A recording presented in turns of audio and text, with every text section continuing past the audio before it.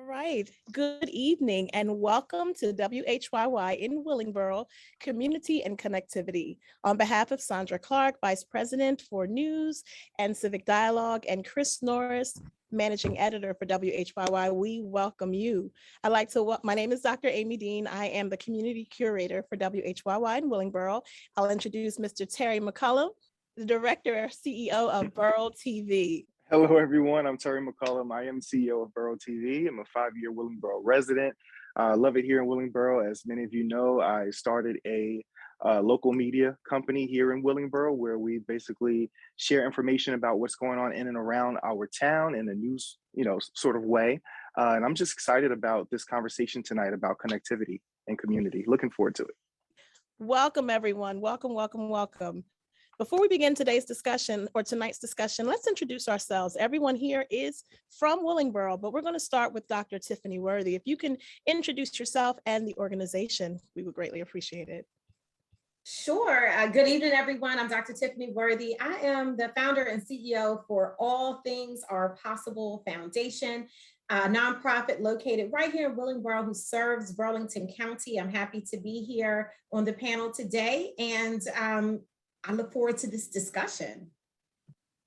Awesome. Thank you, Dr. Worthy. My name is William Weston. I've been a resident of Willingboro since 1979.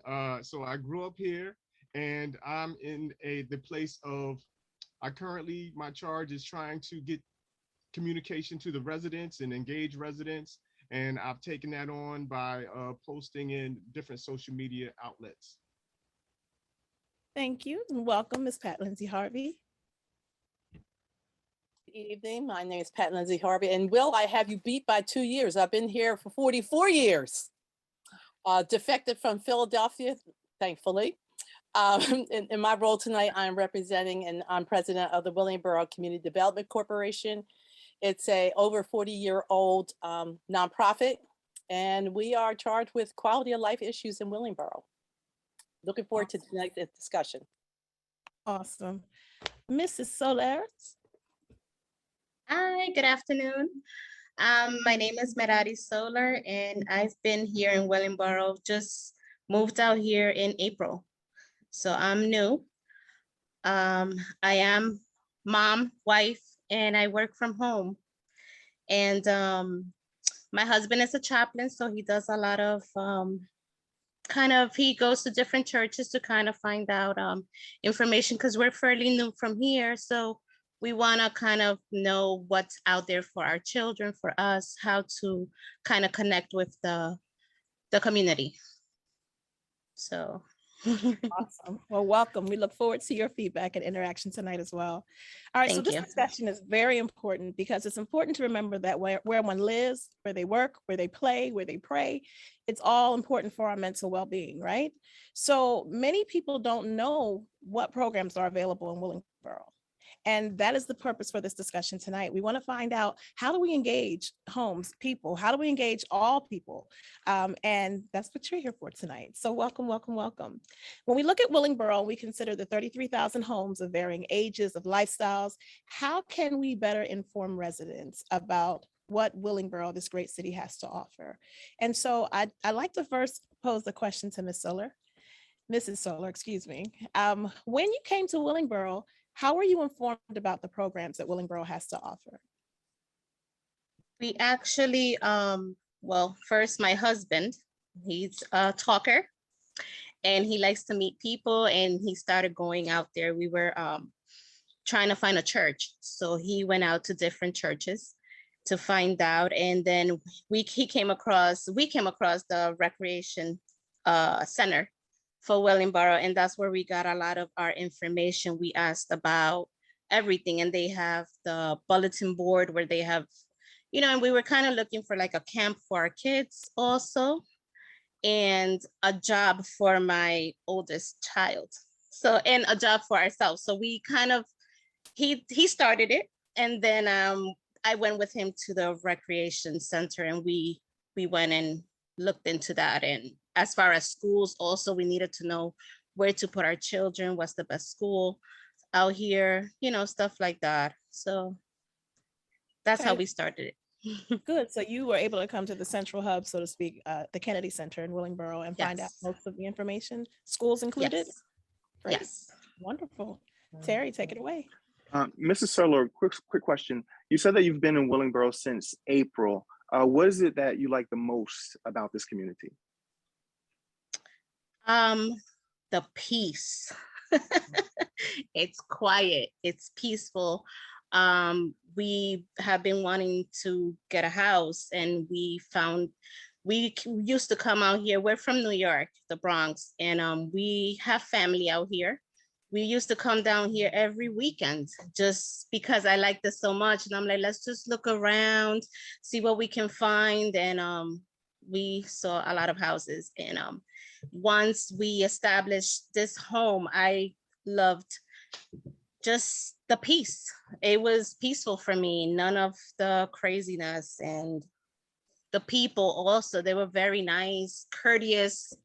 You don't come across that over there. It's a lot of rude and angry people. So for me here, it was just everybody says hello. Everybody's very courteous. And even the people that we came across at the Willingboro Recreational Center, everybody was nice. They were willing to inform us, give us, they even told us about charter school for our kids, just a lot of information. And I'm always open for stuff like that, so. I definitely agree that, I'm sorry.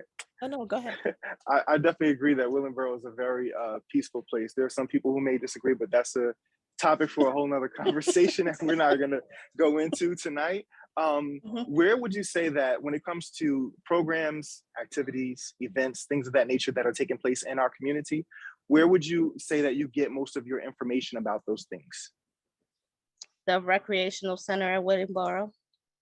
I have come to Miss Amy also for a lot of information too. And there's so much more that I can find out. So, well, here on the panel, we have agencies represented as well, organizations. And I know that Mr. Will wears a lot of hats as well, but how do each of you disseminate information into the community? How do you share information? Let's start with Dr. Tiffany Worthy. Good evening. So with All Things Are Possible Foundation, we use a distribution list that we have. It has about 1,000 addresses in it that we curated over time from going to face-to-face events where people signed up and said, please keep us in your distribution. And very recently, we've gotten a mailing permit at the nonprofit rate so that we are able to start doing mailers on a more regular basis, maybe quarterly, just to keep the community informed of the different programs and services that we have.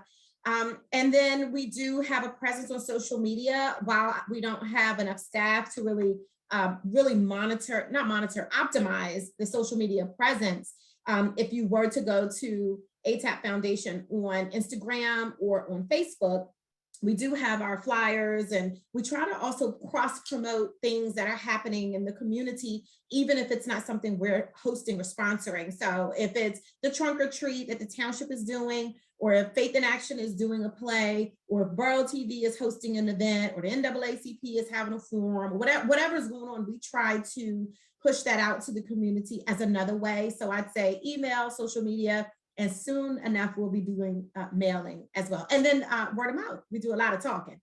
So those are ways that we get it out in the community. Awesome. So Dr. Worthy, is it okay to ask a question? Sure. Dr. Worthy, is when it comes to the current ways that you just mentioned that you're reaching the community, how well would you say your reach is when it comes to the overall community? At this current if I were looking at, so if I'm looking at 33,000 people in Willingboro, I'd say I have a strong following of 100 maybe. I mean, we've got 1,100 people on Facebook, and sometimes you get reach, but I look at it based on how that translates into people showing up or coming out for a program, or a phone call for people to register their students in our program. So if I were to look at the number of followings, shucks, if I could get $100 from everybody that's following us, we'd be doing really well. But I think that the reach is a lot smaller. We also used to be able to advertise through the school district in the past, and that changed. And so we're on our own out here, pushing the information out, but it's taught us a lot of lessons along the way about where to go and how to position the organization more broadly. Awesome. Miss Lindsey Harvey, can we ask you the same thing? How does the Willingboro Hands share information? Oh my gosh. Well, Willingboro Hands has been phenomenal in some of the things we've been doing. We've branded ourselves. You'll see hands everywhere. But I think the fact that we are a small nonprofit, and I think Dr. Worthy can probably attest to this, it's very difficult to come up with a plan when you don't have the personnel to do it. And that's what's needed. A communication strategy is what you need. And I just wish there were more hands to push information out. But we do the traditional things, the flyers, the emails, social media, collateral materials wherever we are, or at events or at our events. It's just, I just wish we had more hands that we can, do more things.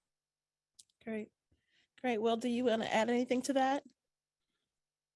Oh, sure.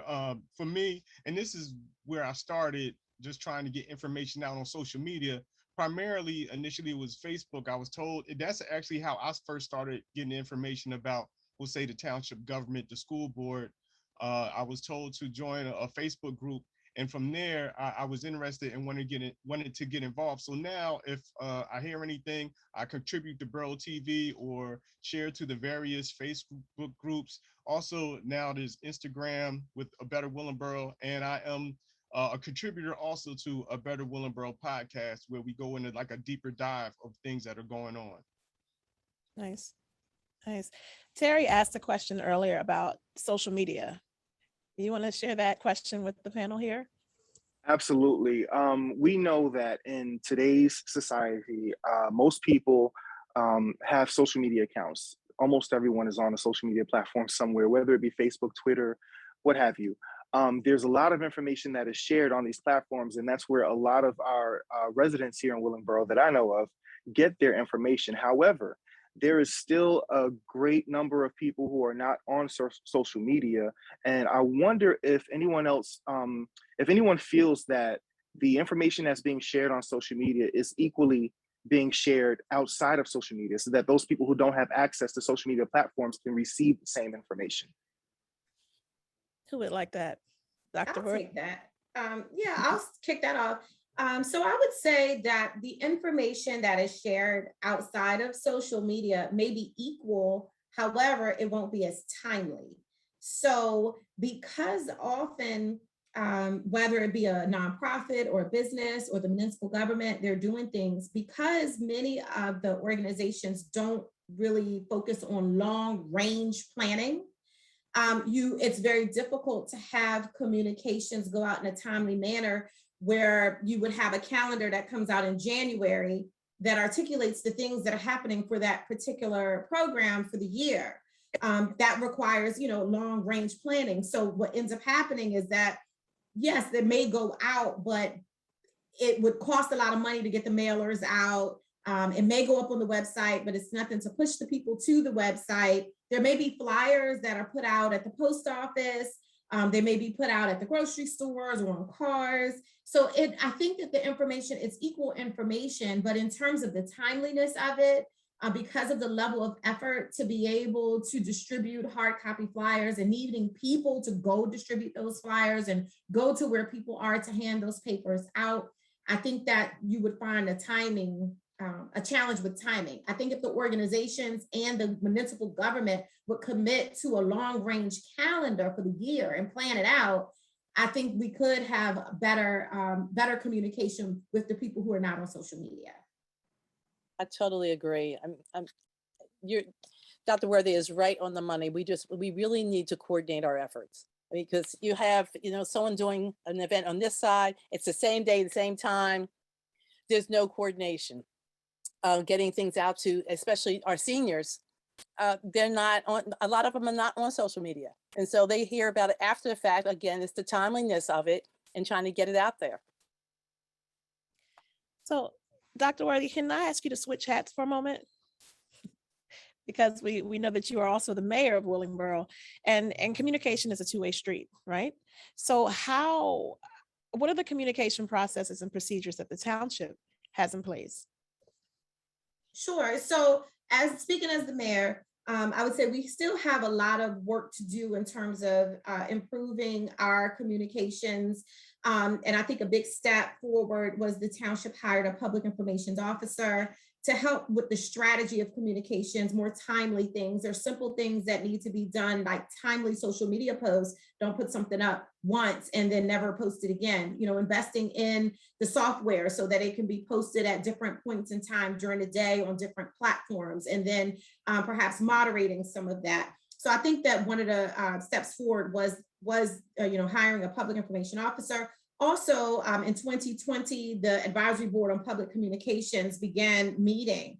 That board had been defunct for a long time. And so residents stood up and said, hey, sign me up. I want to be part of this discussion. And out of that, we got a draft communication strategy that went forward to the municipality, which is informing now having a public information officer. The website is being enhanced so that information will be more readily available, easily searchable there.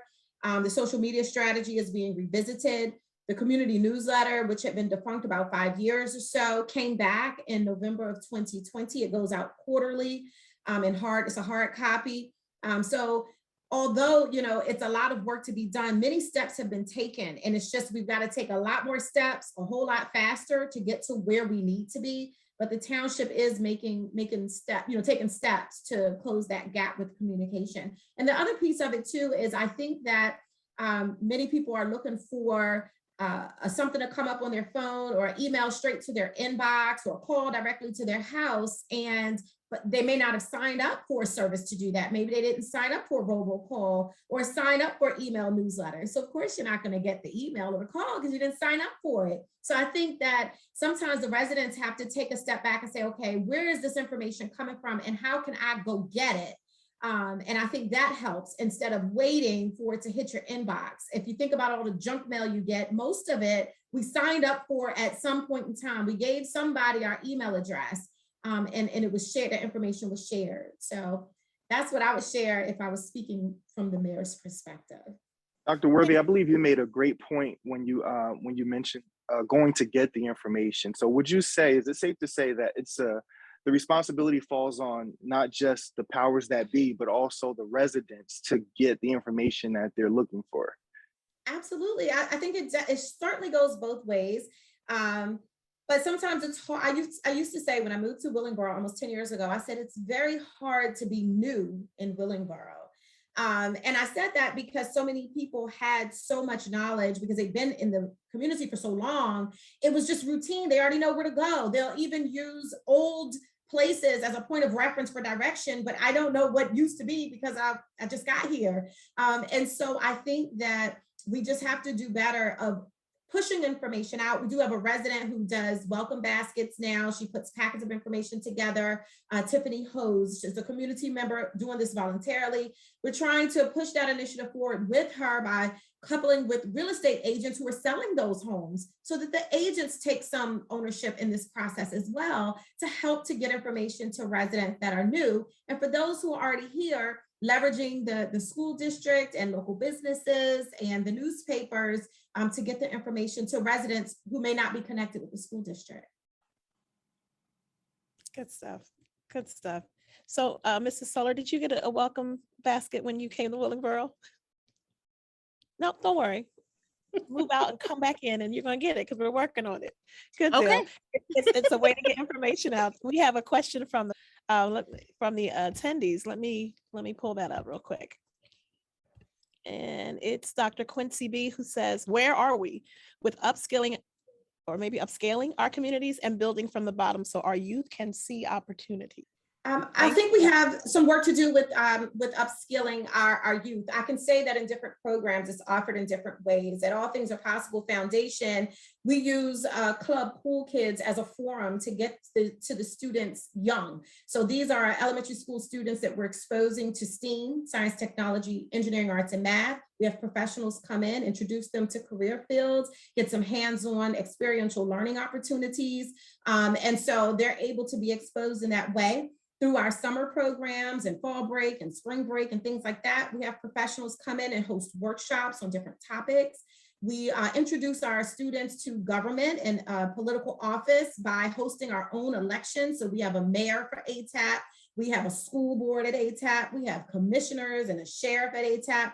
They write their own speeches, they campaign and talk to other students to try to get their votes. And we have our own set of elections there within our foundation. But there are other organizations that we work with throughout the community who are building skills in the youth at various age groups. And I think that it's being done formally through these different organizations. And we just have to keep it going all the way through high school at the collegiate level. But Making Visions Possible is another program that offers that type of upskilling as well. And Faith in Action does it as well through performing arts and also introduction to STEAM. So I think we are doing it in different audiences, and I think that we could do more together, and we certainly could achieve more vector force if we're able to align some of these programs with the school district, if they're able to accommodate some of these programs.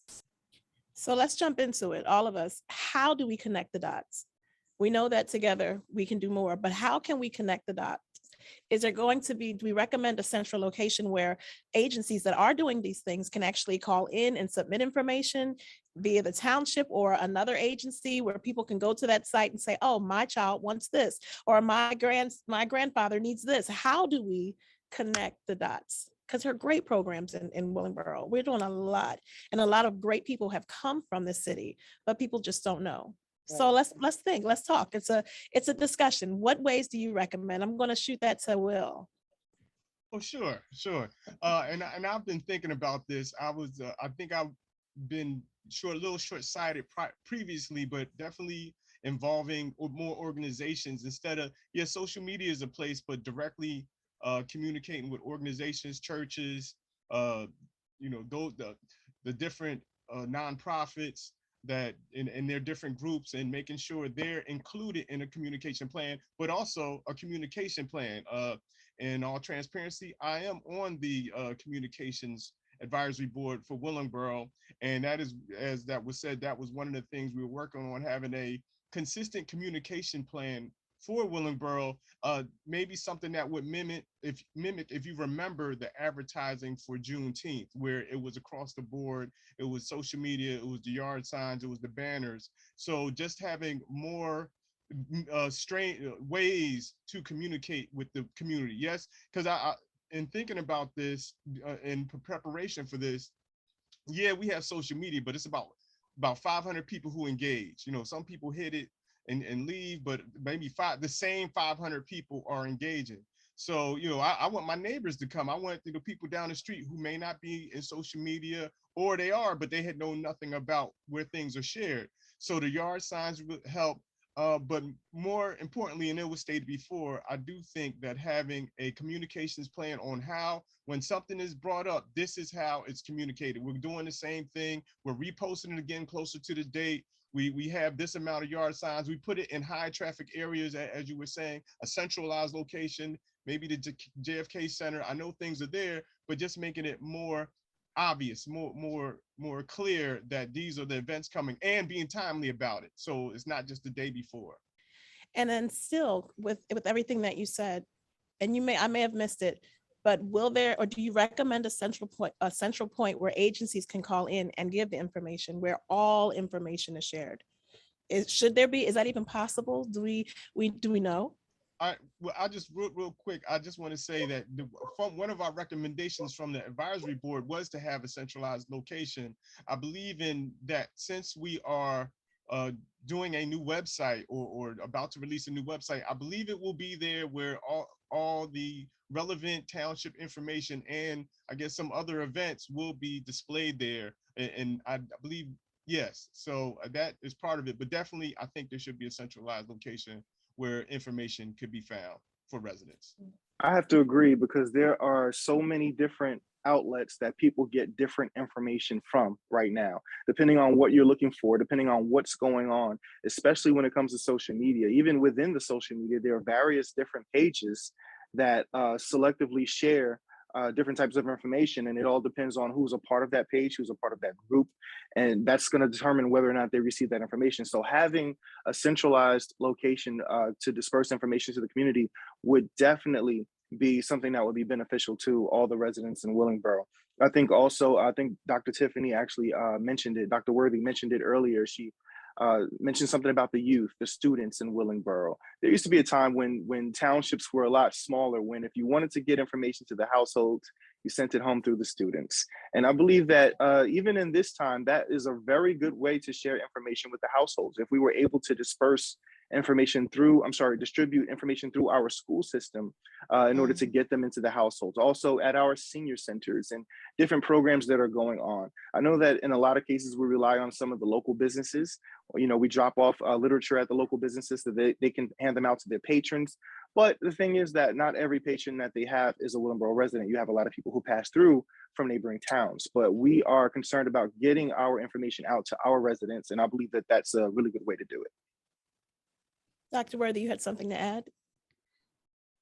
Yes, I was going to add that I think that while the nonprofits have full plates, I really think that the initiative should be something that's taken on by the local businesses and the nonprofits, and not look to the local government to offer that service. And the reason why I am a business owner, but I understand also from a governmental perspective that the government can't endorse everything that people are doing. So depending on what your thing is, depending on what audience you're catering to, the government has to be selective as well. I do remember a time before Willingboro put more policies in place about what could be advertised on Facebook through the township page. There was a lot of question about, well, this event, has a ticket price. Is it okay to advertise this? And this one is for a particular market. Is it okay for that? And then something would get wouldn't be posted for one event and posted for someone else. And it just got very murky. And so I would say if the nonprofits got together with the local businesses and said, hey, we're going to develop an app, or we're going to create our own channel on YouTube, or we're going to create this space where we're going to curate stuff and put it out. And then now we're going to Borough TV saying, hey, Borough TV, can you push our stuff? Or we're creating, collateral and going to other local businesses that don't have the same restrictions that a governmental agency or school district would have. So I think it's something that we could do as a collective of organizations, of churches and mosques and nonprofits. But again, it takes the leadership, and it takes a commitment from somebody actually doing the work to do it. But I absolutely think it can be done. Did anyone else want to weigh in on that? Well, I agree with Dr. Worthy. I do think that for that type of thing, Borough TV or entities such as that can compile the different events to be brought to the residents. I also just wanted to say that even between the township, the school, and the WMUA, there's different levels of communication. So we just had, that could be put together more efficiently and in a way that's more direct, because it's just different levels of communication that all three tend to have when they share their information, if we're going from entities that are the townships. Can I add one more thing, Dr. Amy? Sure. I think it would be awesome if Borough TV were to approach Comcast and say to Comcast, I have so many nonprofits, local businesses, small businesses, new businesses in Willingboro. I have a captive audience.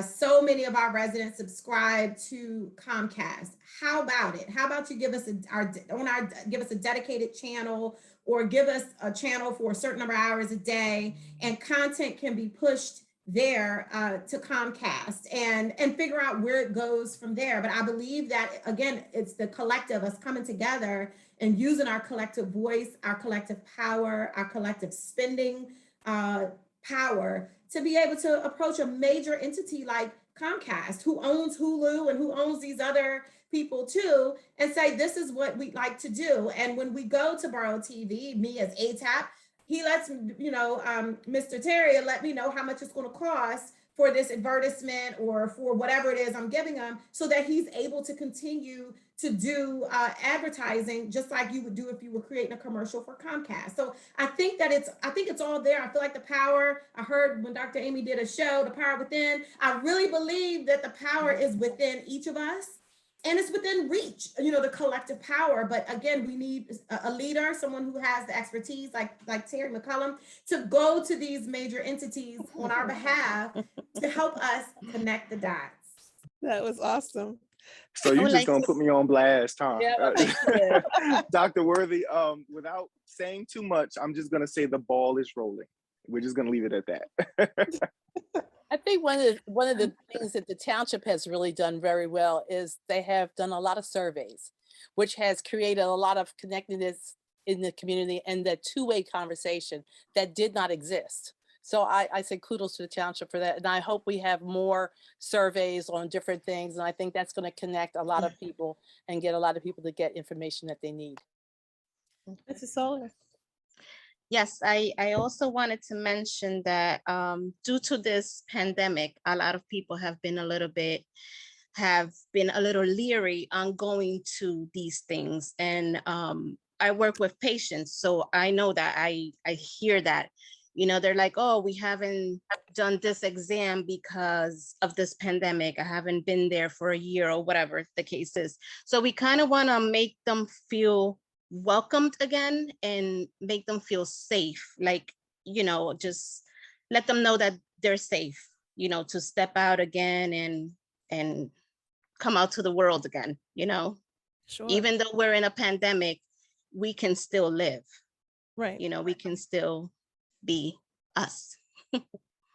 How are we connecting to people of different cultures? How are we making information accessible to people who do not speak English? In each of your agencies, have you encountered that? I have not. We have not encountered that at all. Okay. We have not met with families who don't speak English, but we have several families where English is not their primary language. I understand we may not have personally encountered it yet, but we do know they exist. So what do you recommend? Well, I can say for me, with ATAP, the Turkish community is a growing community in Willingboro, and making connections with Imam Bashir and with Brother Chaudhry at the two different mosques that we have in town has opened doors for us. And I think that if we have Arabic or Turkish speaking people that come to ATAP, we have established a network strong enough to be able to reach out to them to ask for help. And then also we have, of course, a growing population of Spanish speakers also in town. And thankfully we have you, Dr. Amy, who's bilingual, who can help us with some translations. But we also have connections with other agencies in town that would have the capacity to help us. So we've done that. But if there are other languages that represented in our community, we would need to do some more work to connect the dots. And we have not gotten to the point where we're translating materials yet. We haven't had that need come up, but if that were to come up, I think that we'd be able to respond to that with the relationships we've established. Awesome. There is a question. How can Borough alum build economically in Borough today? Some of us are scarred by our previous treatment and racial issues, but really want to come back and build.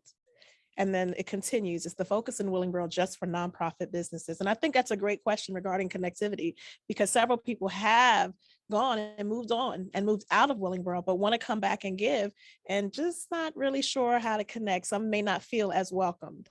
Any suggestions? Great question. I would love to see people come back to town and build the business. I mean, there's nothing better than to have a mom and pop store, another mom and pop business that you're homegrown and, and have the community support you. I think that would be a wonderful thing. I mean, I'm not a big box person. I'd rather support my neighbor who has a business. I'd love for them to come back and do that. How do we get them back? How do we welcome them well, back? I think Just go ahead. I'm sorry, to tag on to what Ms. Lindsey Harvey just said, I think also just being intentional in supporting those small local businesses as well, because a lot of people probably aren't looking to start a business when they feel as though they may not get the support that they'll need from other residents in the township. So I think that just taking the initiative to support small businesses that are local will also help to bring people back. Is the focus in Willingboro just on nonprofits? I don't think so, and it doesn't, and it shouldn't be, because we have to build economic development. We've got to build community wealth. So we have to talk about starting business. I agree with Ms. Pat. I think maybe some of the discussions today are more about nonprofits, but I don't think that the broader discussion in Willingboro in general is about just nonprofits. But in terms of building economically, I think that helping borough alum understand what resources are available beyond the residents here. There are a lot of resources at the county level, and there are resources at the county level that just simply aren't available at the municipal level because they're county level resources. So the financing, going through the Bridge Commission for different loans, the partnerships, you have the Chamber of Commerce. There are many resources that are there at the county level. And then when you look at the local level, I think that people get challenged by how they're going to share their information and make sure that the residents know what's available. And I think that for any business in Willingboro to be successful, you have to come with your own strategy and your own communication plan and overlay that on the community. And once you do that, I think that you'll find that you're able to grow and connect and sell products and be successful and all of that. But you have to come already with a strategy that you plan to overlay and tap into the county, because the county has the resources monetarily and otherwise to help new businesses. How can we connect with those who are moved on? Is there a network on the website where it says, something like alumni come back? I know there's a lot of Facebook pages, but is there something where people who are interested in starting businesses, will they just come to the township? Is there a site that they can go to? Where can they get information on that? Yes, Mayor. Switching hats. My bad. Okay. So as the mayor of Willingboro, I would say anybody who wants to start a business, once you have your business plan and you know where you want to go, you go do it. We don't have a place for people that says, if you're an alum of Willingboro, come here, or you want to start a business in Willingboro. We don't. Maybe we should, but we don't. I would say that you start with your business plan, and then when you go up to the township and meet with inspections on your physical location and things like that, you can begin to connect some of the dots in that space. But we don't have anything specifically targeting people from Willingboro to start businesses in Willingboro, because the process is the same, the demands would be the same, everything is the same. So we don't have anything that specifically targets Willingboro alums to do business in Willingboro. Okay. All right, I'm going to ask a question. Let's pretend for a moment that all of us are new residents. Okay, we just moved into Willingboro. Where's the first place that we should go to look for information? Being that I'm just moving into Willingboro, I have no idea where I would go other than maybe the municipal complex. Okay. So how do we allow people to know what they should do upon arriving into town? And that's where I think some of the welcome baskets come in once it's in place. I say baskets, but the welcome packet, if you will, information would actually come into place. But I remember there was something we did for the county, and Ms. Pat, you could probably help me with this, and it was the BCIs or something, but all of the agencies actually submitted information and they categorized them by service, youth or age, etc. And you were allowed to submit your information, and it had your contact, what you do, a description, etc. And you can just click on it and then your information appears. Is that something that you think Willingboro could benefit from? Absolutely. I think that's something Willingboro could benefit from. I remember when I moved here in '77. If it wasn't for the welcome packet that had all the information about Willingboro, I mean, I knew where the municipal building was. I knew where everything was because it was right there. So I think it's going to be very important for us to put that welcome packet back together again. Because if this young lady, when she came here, didn't know that there was, somehow she found out the Kennedy Center, if she had that packet, she would have known where everything was. I think it's very important that we bring that back. Okay. Well, I see you thinking.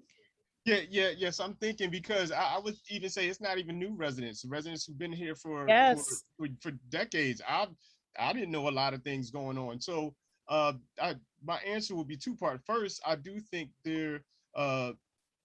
residents have to want to know, to want to find out. I do think we, from a township standpoint, we should make it as easy as possible and make it efficient in one place. But at the same time, I didn't go to a council meeting until 2016. I'm here since '79. Like I had no idea that was even accessible. So I think that's my charge. I feel like letting people like, hey, you could do this. You could run for council. You could run for school board. Please vote. Those type of things. Or just go to the council meetings and find out what's happening. Just go to the school board meetings, especially during the pandemic. It's a lot easier because of the technology. You just go to a Zoom meeting nowadays. So it's no excuse at this point. And speaking on that, we have improved the communication, because before you had to physically be there. Shout out to Borough TV, but now you can do it from your home. You can go to these meetings from your home. You can look at this forum from your house. We didn't have to be at the Reva Foster Center all sitting around. We're all in the comfort of our homes. So I do think it's twofold, where yes, you moved here, but you may not even understand that you may want to go to the council meeting to see who the mayor is or who's on the council and those things. So, and speaking about that, the calendar, the Willingboro Township calendar, has a lot of this information also, but there's a disconnect. I'm not sure what it is, because information is there. Well, I don't know if everybody gets the calendar, but it's available, and it does have a lot of this information that's in the baskets. And I think that's a great idea, but I don't know if that's fully a governmental responsibility to provide the basket. Where is this calendar? I believe it in a carousel in the municipal building. At least that's where it was. I got it. That's one of the locations. I believe I saw it in the Kennedy Center at some point. And the thing is, a lot of the residents don't know that it exists, and they wouldn't know how to access it. They wouldn't know how to get it. And this is about township events, so I assume it's updated every month. Well, it's a printed calendar. The request, speaking as the mayor, the request from council was to recreate that handbook that Ms. Pat referenced earlier that had all of the information. What we got was a calendar that had components of the information from the handbook. So we've requested again to do the handbook. The calendar is a nice complement to the handbook, but most people aren't reading a calendar as a handbook. So you wouldn't know what else is in there till you might flip, later on in the month or whatever. You're not necessarily receiving it as a handbook. But the calendar is printed up at the end of the year and then disseminated at the start of the calendar year. And to my knowledge, 2020 and 2021 are the most current ones that I've seen. And I don't know if the township is doing it for 2022. I have not heard anything about a 22 calendar, but there has been a request to recreate those handbooks. Okay. I think the other thing is that we have to all become more neighborly. I remember when I moved here, there was a woman that came down the street to welcome me and then told me where some of the things were. I did that to two of my new neighbors because they didn't know. They didn't know when the trash was collected. They didn't know where anything was. So I told them where certain things were. So I think we all have to become much more neighborly, because being new, how would you know where to go or who to ask? You don't. Right. You're in a foreign place and you just don't know. So I think it's going to be a responsibility of each one of us to help our neighbors and tell them where things are. I feel like that. I feel like as an agency, if someone asks me, do you know where I can send my child for this? Or do you know where I can go for this? I feel responsible to find the information if I don't have it and to share it. Why? Because we're pillars within the community and we care. However, some people won't even come out to ask or can't come out to ask, so all they can do is they don't even know who to call and where to go. So I definitely agree with you about the neighborly. Mrs. Solar, you want to add to that? Well, that is true though. Luckily we know the neighbor. She is like, they're like family. So they did let us know when the garbage goes out, recycling, all that. And then we eventually got a calendar in the mail that they did send us so we can have it on our fridge. But a lot of the other things like I said, like the school and stuff like that, we found out through word of mouth, just talking to people. And that, yeah, we do have to kind of be neighborly also. Like even now, I'm a new neighbor, but I wouldn't mind helping somebody else at all. Like if I know something that they don't know, I am more than willing to just let them know, you know, and give them references or whatever it is, you know. So Is there still a faith-based connection in Willingboro? I know at one point there was this central, like there were meetings and all the different pastors and leaders would come together for these meetings and disseminate information. Does that still exist? I think there's still a small clergy association. I don't think all the pastors belong to it though, but I think it's a very small organization. Okay, because the yellow pages, you know, back then you could just kind of look up churches and then look down and pick them. And now it's kind of like, what are people doing to find where to live, where to pray, where to play, you know, like that type of information. And the Kennedy Center generally serves as that big hub, you know, that hub where people can come and find out info. But if the agencies and the people who are doing them don't bring the information here and it's not shared, then how will they find out? How will they find out? So looking at this, are we accomplishing anything in this particular panel discussing connectivity and community? What can we lead with? What can we do? What orders do we have, if you will? I think that Miss Lindsey Harvey hit the nail on the head as far as being more neighborly, and we can actually help to get more information to those who are at least around us. You know, if you have people who are stone's throw away from your home, I know myself personally, there have been times when I consider myself the unofficial block captain, just so everybody knows. Everyone on my lane, they all know me because I'm that annoying neighbor that's always knocking on doors and stuff and just making sure everybody's good. But anyway, most of the time when I share information, I get this response of, had you not told me, I would have never known. And so, you know, I think that helps, you know, when it comes to sharing the information. If we just become more neighborly, and you meet a lot of friends. I'm friends with everybody on the street. So you can't beat that, you know? Dr. Worthy, you were going to say something. No, I was going to just say, in terms of marching orders, I know to stay tuned to Borough TV to see what's to come, and to follow up and to check in, and then to support, so that we're able to connect. And I'd also encourage people to seek out what it is that they're looking for. And, you know, just like we try to figure out where to go eat, and where we want to go have a new experience, I think we can apply that same approach when we decide to live in a community, to go and to seek out that information. Just like, you know, just go to the school district. Just, okay, I know there's a school district somewhere. I may not know where it is, but I'll go quick Google search and pull it up. And I think sometimes we just have to be a bit more resourceful and go get it, because it's all there. It's a whole community with the whole government. So of course there are things in place and places you can go to get the information, but I think we have to be willing to put ourselves out there and to go seek out the information, even though it's a little bit clunky, you know, when we're new or trying to figure something out. Thank you, Dr. Worthy. Will Weston? Oh, definitely what Terry said about being more neighborly. I'm thinking about the people on my block and just interacting some more. They do know I'm involved, but it's like abstract to them, and because they're not online, and they talk about the robocalls. That's where they're at. So, but I do that is a way that I could be more proactive, and also as I prepared for this, as I said before, going for organizations instead of individuals, trying to directly do what I can by reaching out to different organizations.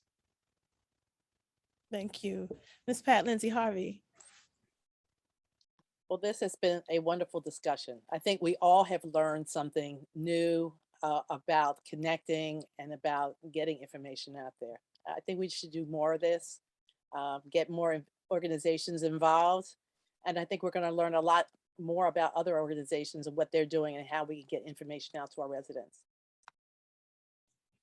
Ms. Soler, would you like to say anything in closing? I thank everyone for even more information, because I just learned a lot more where I can find more things. This was a great discussion. I mean, it helped out a lot for me. So thank you. Nice meeting you guys. Terry, what about you? I'm just very grateful that we had this platform and this discussion tonight. It's definitely very informative, and I believe that we're going to, in some ways, continue the conversation, but most importantly, continue the effort to get the information needed out to all of our residents in our community so that we can continue to strengthen our community. I also think that this was a start. I feel like we have so much more to discuss, and I'd like to see the action. Like, I'd love to see like those big screens, and we actually connect the dots, figure out ways to do it. But this is a great start. And to Mrs. Bettner, who asked the questions about, is Willingboro just for nonprofits? I think that's definitely a discussion to continue with, because businesses need to know that they can come here. Just like families and residents, we want businesses to know that they are welcome here, and this community needs to grow. So I think that we just scratched the surface, and I think this conversation will definitely need to continue. So I will encourage everyone to subscribe, whyy.org. Follow Borough TV, because I know that he's going to continue this. Plus, he's got huge marching orders right now. So we need to definitely be there to support. So thank you to all that attended, who are going to be watching this on Facebook Live as well. And thank you to this panel. We appreciate you on behalf of WHYY. Have a wonderful night, and hopefully we'll connect again soon. Take care. Bye, everyone.